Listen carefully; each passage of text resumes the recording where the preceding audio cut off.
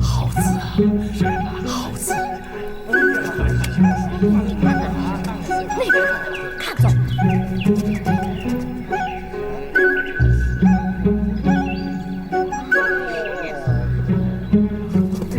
哎呦，真不错。哦，让一下，真不错呀，上好啊。洪氏宗祠谁家的？该是洪承畴吧？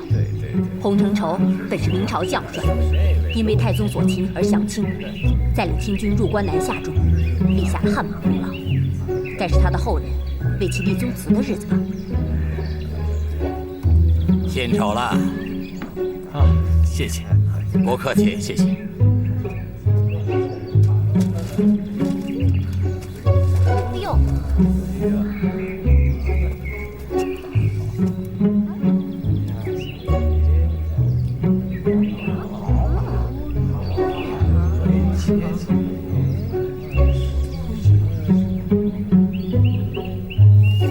陆先生，你这是什么意思？两朝大利，他年何以别清明？我敬你才高，才请你为先父宗祠立联，你却写这张。我这是据实而写，你要是不喜欢就算了，在下告辞。陆坚，怎么？你这写的是反联，我要带你去见官。欲加之罪，何患无辞？来人，给我拿下！好联儿。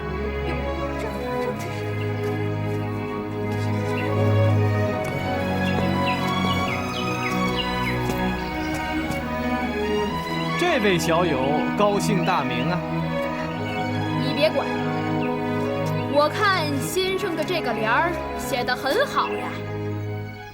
暂分会重阳，难道重阳你不拜祭你的父亲吗？两朝大利，洪将军却曾是两朝，有何不妥？可他写的是何以别清明，又如何？重阳对清明，公正之极。可他不是这个意思啊！就算他是指明清二朝，又怎样？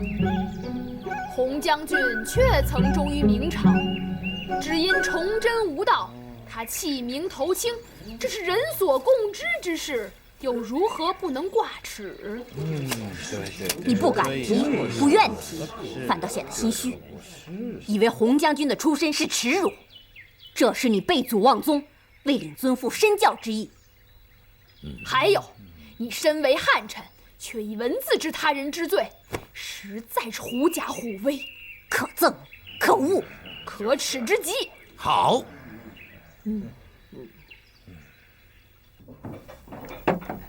老爷少爷，菜上齐了，请慢用。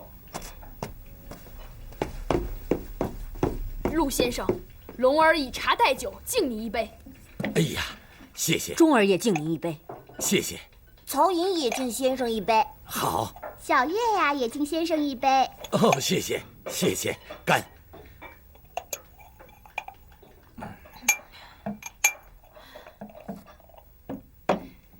先生刚才一联确实一绝，可谓语带双关啊。看小友衣着，也是满人，难得有此度量啊。玩笑而已嘛，无伤大雅。哎，现在的满人，如果要是有你一半的度量，大清也不至如此啊。先生为何发此感叹？人不如鸟兽，虽然有高墙深池、立法严刑，亦不能尽其心也。朝臣不知，越是高压前民之口，民越要宣而后快，这就是高压下之反弹。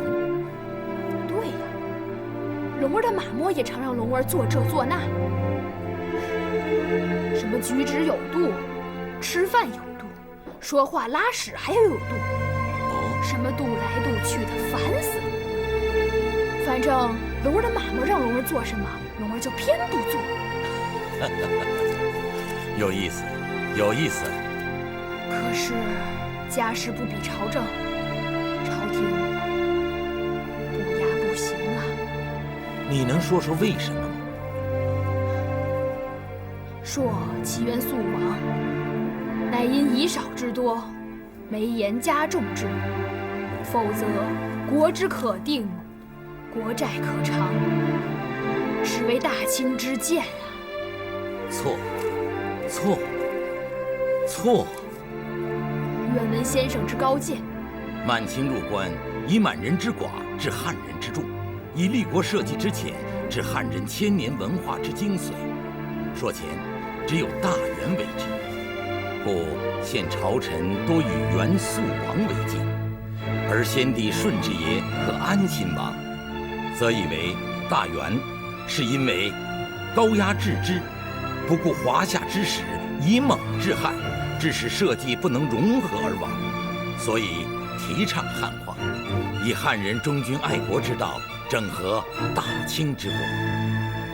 那很对呀。也不对。怎么不对？不是不对，而是对谁不对？对呀，很不对呀。你说。不是怎么不对，而是对谁不对。那到底是对谁不对呀？对八旗不对。好，说得对，继续说下去。我不说了。顺治爷以汉治汉，重用汉官，可无形之中却触动了八旗的利益，所以引起八旗满臣不满，要议汉臣而复祖典，重掌朝政实权。你们两个人只说对了一半。那另一半是满人为什么入关？救明朝百姓于水火。这也是你们的马嬷告诉你们的吗？那是什么？人之急欲者思利，满人入关是因为中原物阜民丰。八旗中不少人以为，既然不知道能在中原待多久，何不尽情搜刮，待他日被赶出关外，好留作享用。于是说明满人根本就没有和汉人共治天下的想法，全地强占汉人田地，以高压钳制汉人之言行，足以说明是汉人百姓方面也以为满人不能长治中原，他日一定会被赶出关外，所以对满之治、清之臣总是留一手，表面上唯唯诺诺，其实他们心中自有主张。这就是大清不定之正也。真是听君一席话，胜读万卷书啊！先生才识过人，拙见真知，令中儿茅塞顿开，佩服万分。哎呀，我真是不敢当啊！别看你们年轻，可刚才你们说的话都是大人也不敢言谈的国事啊，足见你们的胸襟不凡呐。哎呀，我陆建能结交你们这样的小友，感到十分的荣幸。来，陆某敬各位小友一杯。陆先生请。请。陆先生，小月呢也有一事相询。请说。刚才听陆先生的言下之意，安琪王所做的是对的了，是吗？国之大同，为民和谐共处，这么说，他的治国之略就是对的了。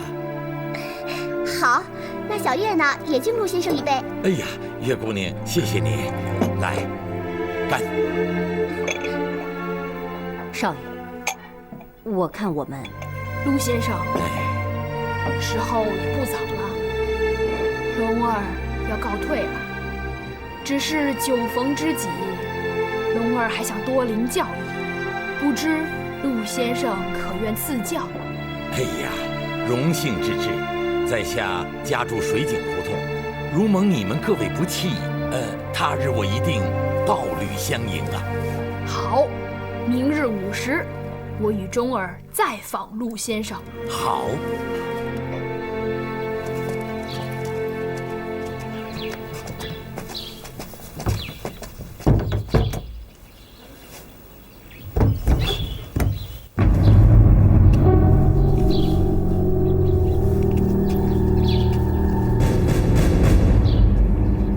哎呀，次李兄，文康贤弟，累你久等了。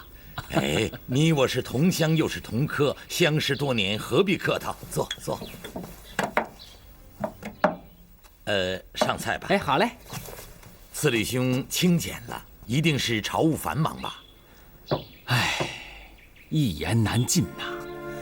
奏销案、通海案等等等等，实已令愚兄心力交瘁呀。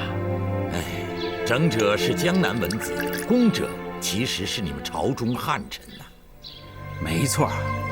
哎，眼下正是朝廷用人之际，以贤弟之才识，若能为国报效，定能有所为啊。哎，你我相识多年，你应该知道在下不是为官之才哟。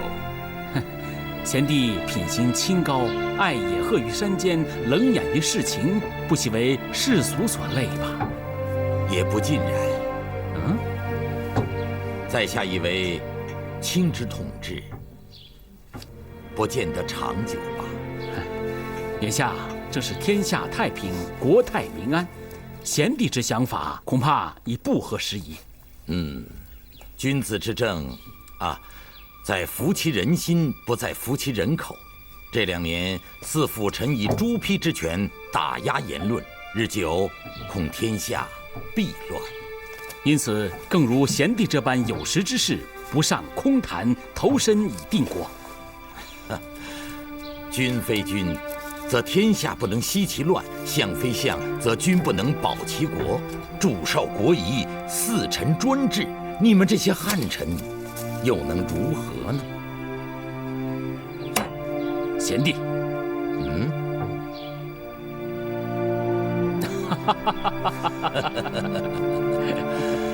好，来喝酒，来，干！次李兄，没有我们这些江南文士吵吵嚷嚷，也显不出你们汉臣在朝中的地位呀。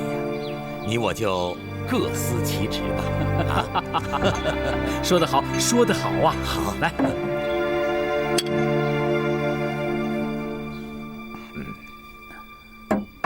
哎，此次贤弟进京，不知有何际遇啊？哎，对了，我今天遇到2个少年，实乃平生一大快事啊！哦，如此得贤弟一赞，此2子定为非凡之才呀！到底是谁呀？哎呀，在下也不大清楚。一个叫龙儿，天资聪慧，气度非凡呐；另一个像是随从，叫钟儿，也同样的聪慧。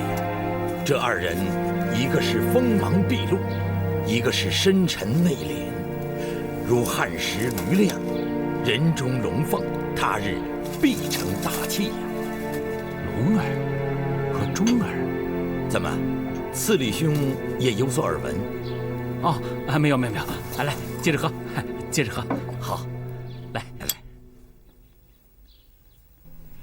今天我为几位小友特意下厨，备了几样江南家乡的小菜，你们可不要见闲呀。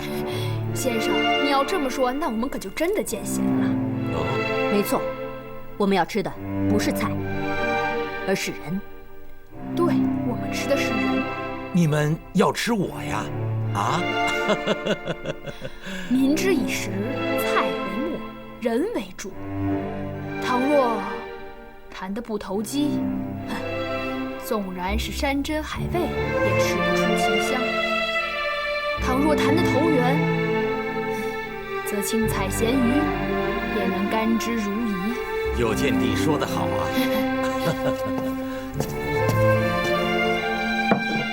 来，我给你介绍一下，这是我出师的几位小友，这是龙儿、钟儿和莹儿。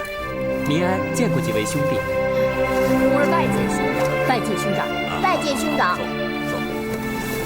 这是我的儿子，叫陆泰，字明安。明君无道，气数已尽，满清不入关，百姓也会揭竿而起。我给他取这个名字，就是盼着国泰民安。只可惜呀，先生以民为己任，令龙儿好生钦佩。江南文士虽越断朝政，但绝不是不忠。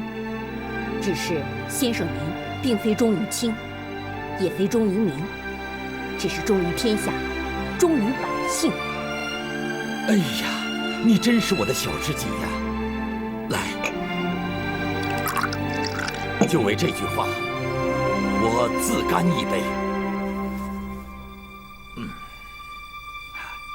陆先生啊，龙儿有一请求，不知道陆先生可否应允？哦，虽说我和你们几个只是萍水相逢，却极为投缘。只要我陆剑能做到的，我一定答应。你说吧。龙儿想拜陆先生为师，求先生收钟儿为弟子，也求先生收银儿为徒。好。自古良师难寻，可是好弟子更难找啊！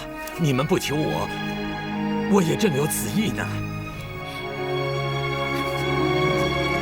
龙儿拜见师傅，钟儿拜见师傅，银儿拜见师傅。好，只要你们有心向学，我陆剑一定倾心相授。弟子们请起，坐。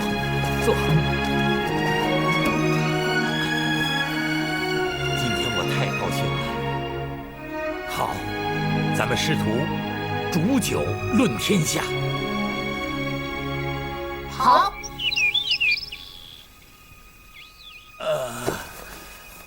我忠天下百姓，忠天下家父就是这样，百姓。狂放不羁，开心的就喝，不满的就骂。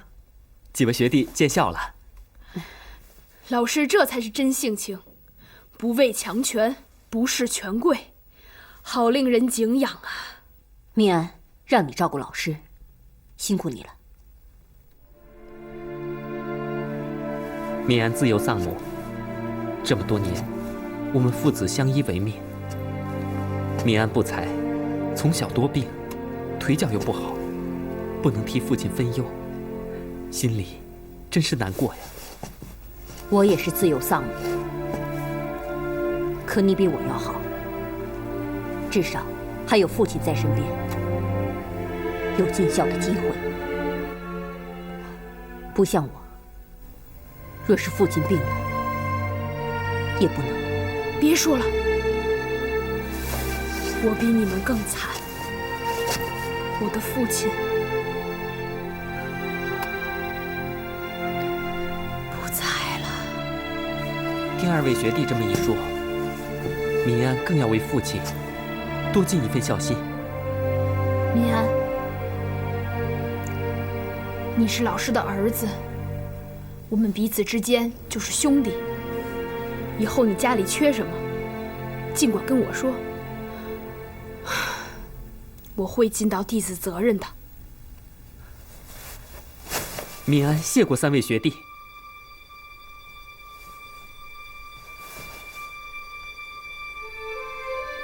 礼反其所自始，乐彰德；礼报卿，凡始也。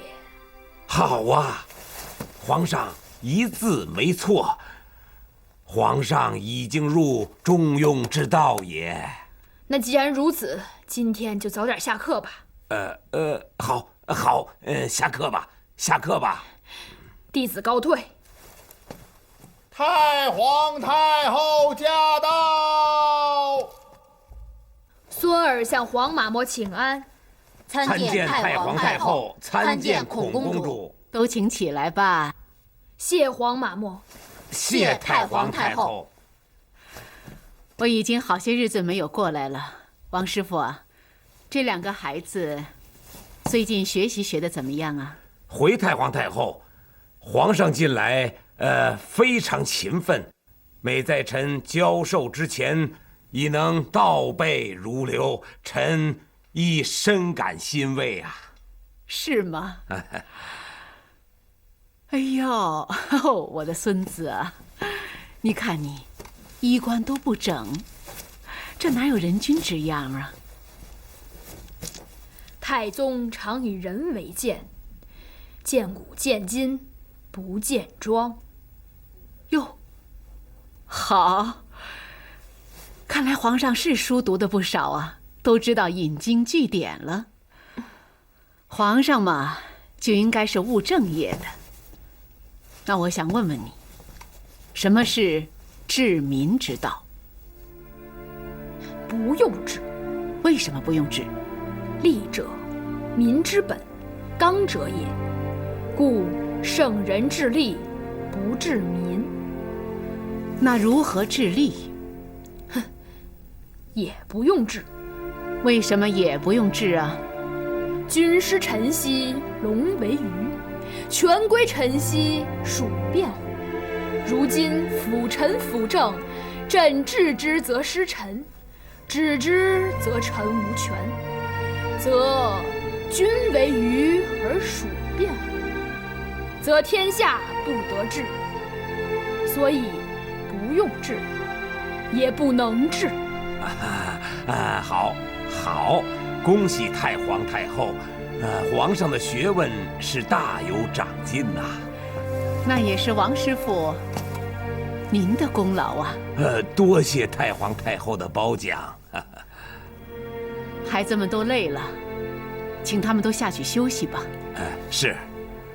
玄烨告退。谢太皇太后。谢太皇太后。臣告退。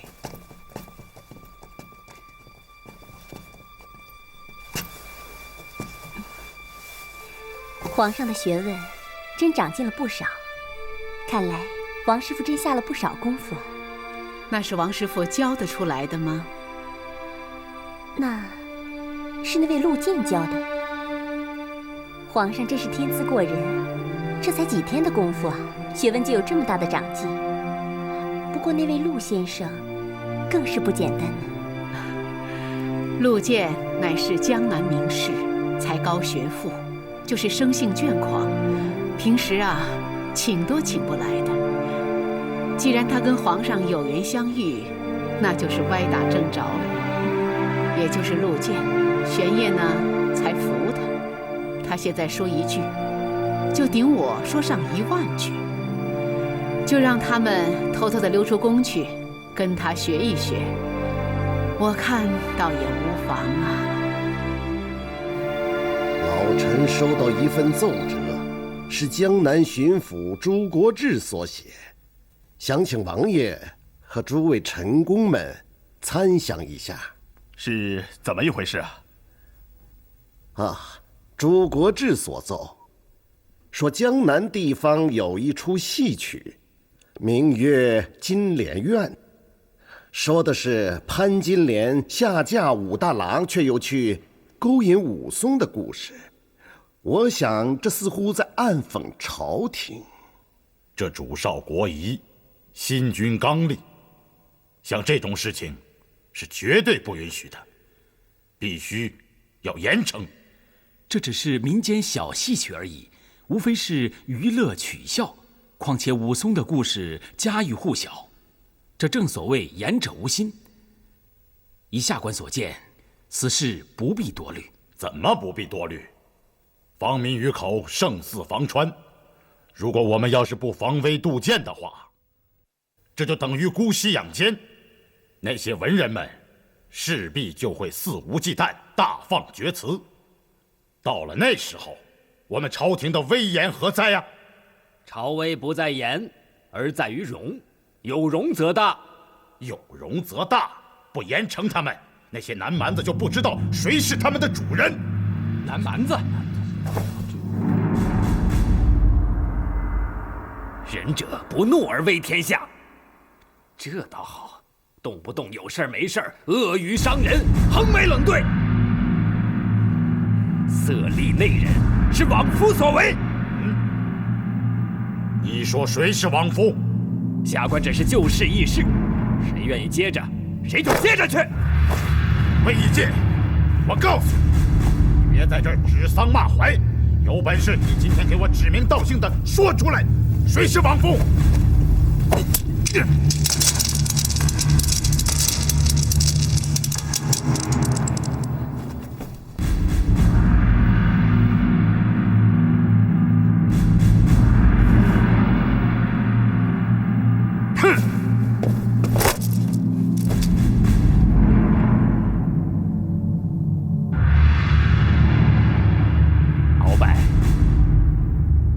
提介望夫。哼！好了好了，大家同朝为臣，有话好说嘛。好说？这还怎么好说啊？想必各位也没什么好说的了吧？在下告退。下官告退。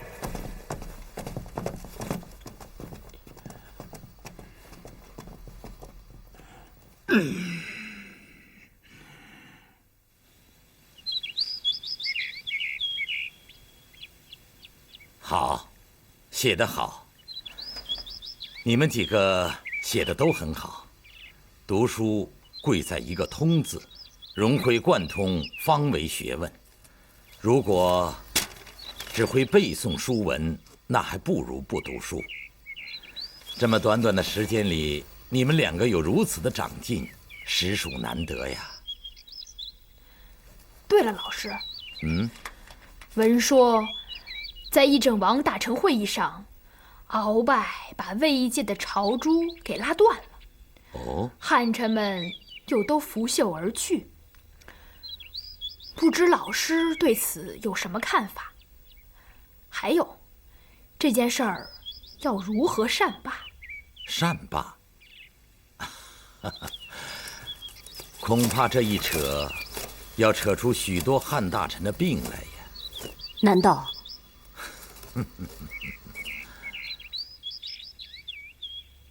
吾皇万岁万岁万万岁！众爱卿平身吧。谢皇上。其他臣服呢？回皇上，熊次履熊大学士，魏义阶魏尚书，龚鼎子龚大人，孙听泉孙大人，还有几个汉尚书大人，他们都病了，都在家休养。都病了。诸位汉大臣集体称病，实在是不敢让人相信。倘若装病不朝，那么就是蔑视朝廷；如果是集体装病不朝，就有结党之嫌。皇上一定要彻查此事。敖大人，请不要过多的猜测。诸位大人都兢兢业业，现在抱病在家，我们应该加以慰藉。当他们身体康复，也好回朝为皇上办差呀。如果他们要是都有病，就让他们好好休息吧。反正这朝政由我们这些满大臣把持，也就够了，绰绰有余。没有他们，也没什么大不了的。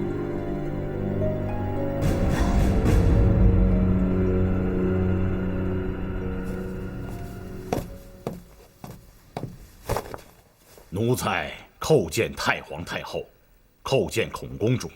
起来吧。谢太皇太后。你来的正好，这是云南给我进贡的八大大茶树的茶叶，你来尝尝。谢太皇太后，谢孔公主。敖大人不必谢我，茶是老佛爷赏的，四珍也想借光品尝一口，怎敢不付出一点劳力呢？哈哈，鳌拜，你听听，四珍的那张嘴呀，真是修炼到家了，可丁可卯，面面俱到，你说是吧？敖大人，尝尝吧。谢太皇太后。怎么样？鳌拜是个粗人，根本不懂得什么品茶，只知道这茶的确不错。什么不知道品茶？依我看，只要能分出好坏，那就是懂。其实啊，我最讨厌那些卖弄学问的所谓有识之士，什么明前几天了、夜行了、汤色了，唠叨半天，他就是不说好和坏。你看看，鳌拜多干脆呀！我就是喜欢你，直。汉人文士大多是如此，鳌拜也很讨厌他们。幸好四珍胸无半点学问，要不然也叫敖大人讨厌了。鳌拜不敢。好了，四珍，不要跟敖大人开玩笑了。敖大人是巴图鲁，是我们大清国的第一勇士，怎么会跟大姑娘斗嘴呢？四真多言了。这八达大茶树，听说树有100尺，而且已有1500岁。树有1000岁，可是人只有100年的光阴。人活70古来稀，人一老呢，什么病都找上来了。你说天冷了吧，他就腰酸背疼；天热了吧，那简直就喘不过气来，就没有好日子过了。眼看着天儿又要热了，我想在天没有热之前，在病没有找上门之前，到热河去避避暑。好啊。看你有热闹的你就高兴是吧？鳌拜，这些年你辅助皇上理政很辛苦啊。这么着吧，你陪我去热河走一趟，咱们娘儿俩在热河也好好聊聊。谢太皇太后恩典，鳌拜戎马半生，栉风沐雨，早已经忘记了辛苦是什么。是啊，那倒也是。我大清的第一勇士，不是徒有虚名的。只是皇上现在还小，日后的路还长着呢。以后他还得多多的倚重你。只是我不想让别人说我是个冷酷的老太婆，把自己的大臣往死里头使唤。敖大人，您还是陪皇额娘玩几天吧，去吧。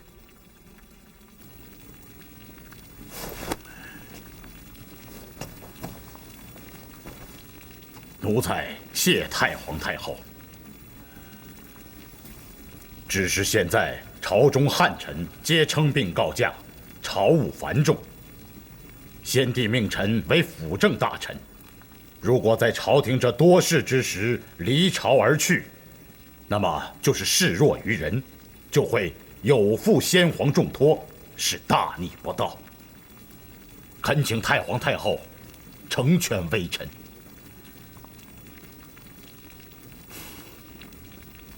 那好吧，既然你都这么说了，如果我还纠缠着你去，就对不起列祖列宗了。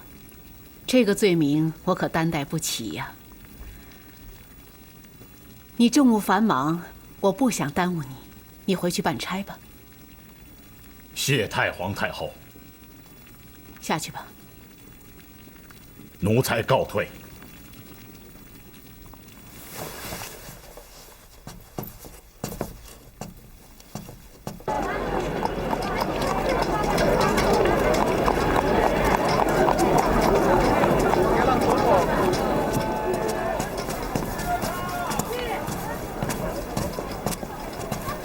来，几位慢用。哎，听说老佛爷把鳌拜招去，说是要带他去热河避暑。好啊，这很明显，老佛爷是想把鳌拜调走来调停此事啊。这回这帮满臣该知道了，士可杀，不可辱。对呀。不过在下以为他们不会就这样轻易妥协了。不妥协又能怎么样啊？连老佛爷都站在咱们这一边了嘛。是呀，老佛爷还是通情达理的。他不通情达理，又有什么办法？说到底，这是汉人的地方，没有咱们汉臣，他也管制不了啊。就不得不低头了。来，喝一杯。各位，敖大人，这深夜到访是否有什么急事啊？来，坐。敖兄啊，听说你到慈明宫去了一趟，回来以后呢，就人浮气躁。我们今天来啊，是特意来看望你的。那帮汉臣实在是太可恶了，现在连老佛爷都不得不依靠他们。如果老夫再退缩的话，那帮汉臣就更嚣张了。敖大人呐，不要动气，不要动气啊！不动气，现在那帮汉臣们公然对抗，我能不动气吗？我们今天来，就是要给你消消气。消气？怎么能消啊？用书。用书？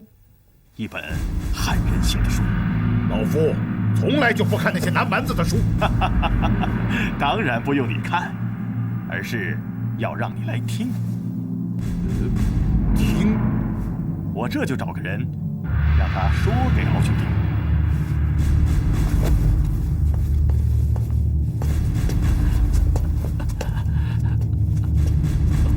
万生嘉庆吴之荣叩见敖大人。我就是让他来给你讲故事的呀。吴之荣，把你状告的人和事都说给敖大人听听。敖大人，万生要状告湖州庄廷龙、南巡朱佑明及海宁查济佐，还有仁和陆建等18江南名士，私刻明史，诋毁朝廷，实属大逆不道啊！怎么回事啊？回敖大人，明史一书由庄廷龙撰写，查济佐、陆建等人列名参教。庄廷龙自知学问浅薄，所著明史主要抄袭朱国珍之明史，却补写了崇祯一朝，还撰写了大清崛起及一统之事，可却用的是崇祯之名号。那又怎么样？回大人，崇祯9年，太宗皇太极关外称帝，改国号清，改元崇德。庄廷龙之明史中却一直以崇祯为号，而非崇德，暗示其眷恋旧朝，有谋反之心。再者，他更把清兵入关、杀敌平乱之事记载成扬州10日、嘉定3屠，大有贬我清军靖乱之功。你称为罔顾黎民、屠城之举，实属大逆不道。晚生曾状告至浙江巡抚朱国志大人，惜朱大人不在衙内，其翻了却把晚生打了一顿，再赶了出来。晚生现在走路都是一拐一拐的，求敖大人伸冤呐！你有什么凭据吗？有。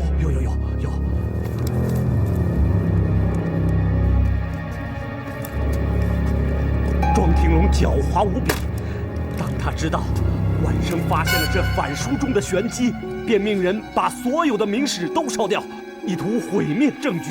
幸晚生对朝廷忠心耿耿，冒死抢到了这有关崇祯一朝的一册，当中只斥本朝之逆词，晚生都一一标明。混账！我们这几天不上朝，听说这奏折积压了不少啊。这样下去，恐怕会耽误朝政啊。朝政？哼，现在谁还顾得过来朝政啊？解铃还须系铃人，事情是他们惹起来的，他们不出面处理此事，我们绝不回朝。如若不然，我们这些汉臣今后在太和殿里还怎么站得住脚跟呢？没错。老爷，什么事啊？索大人、苏大人、鄂大人、敖大人登府来访。哦，请他们进来。是。四府臣登府来访，这到底为什么？我们称病辞朝，还是回避一下的好吧？不用。君子坦荡荡，我们避朝就是避朝，倒要看他们意欲如何。四位大人请。哎呀，魏天官，各位大人呐、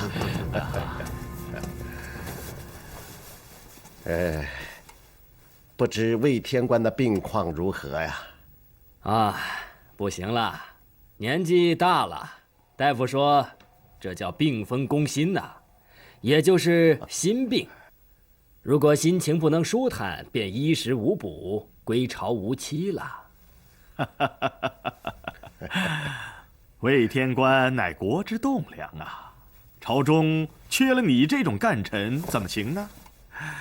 再说了，法总有理，病总有方啊。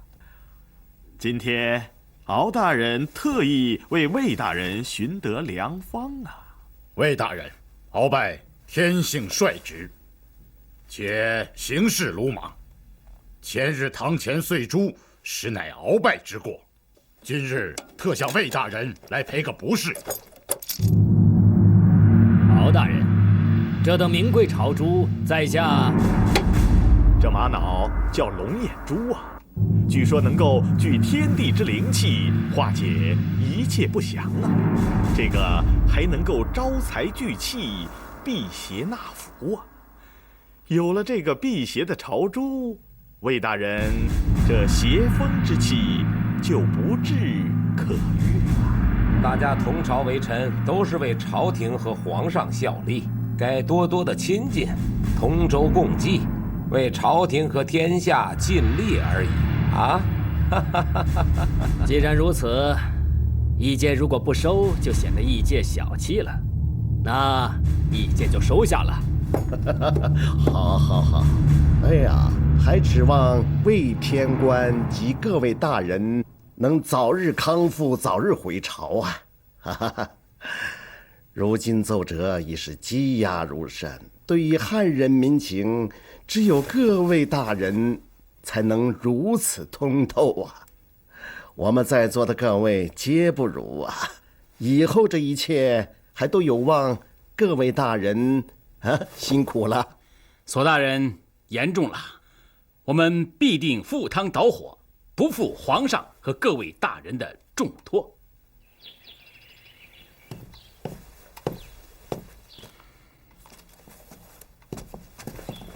敬修兄，怎么回事啊？你们来的正好。敬修兄，这么着急的把我们叫来，有何要事啊？这是索尼今天送过来让我们处理的差事，你们看看吧。哎呀，苏大人这一招请君入瓮真是高明啊！话说在前头了，正事也交给他们了，他们言办不行，不办也不行。一招权在手，便把令来行。好啊，他们不是想揽权吗？那就把权给他们。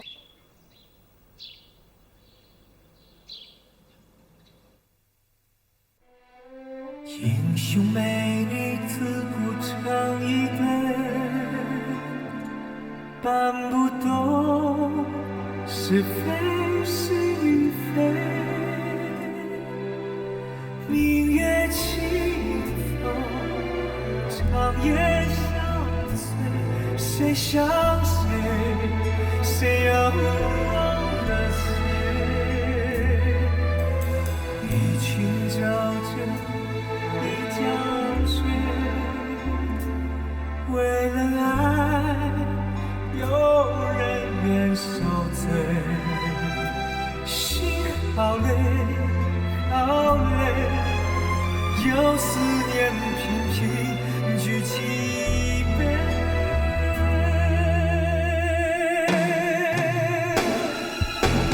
寒光中，野玫瑰。醒了心又碎，为一口气想到尾，永不后悔。爱一个人，全身崩溃，眼泪太可贵，明知道心要碎，也不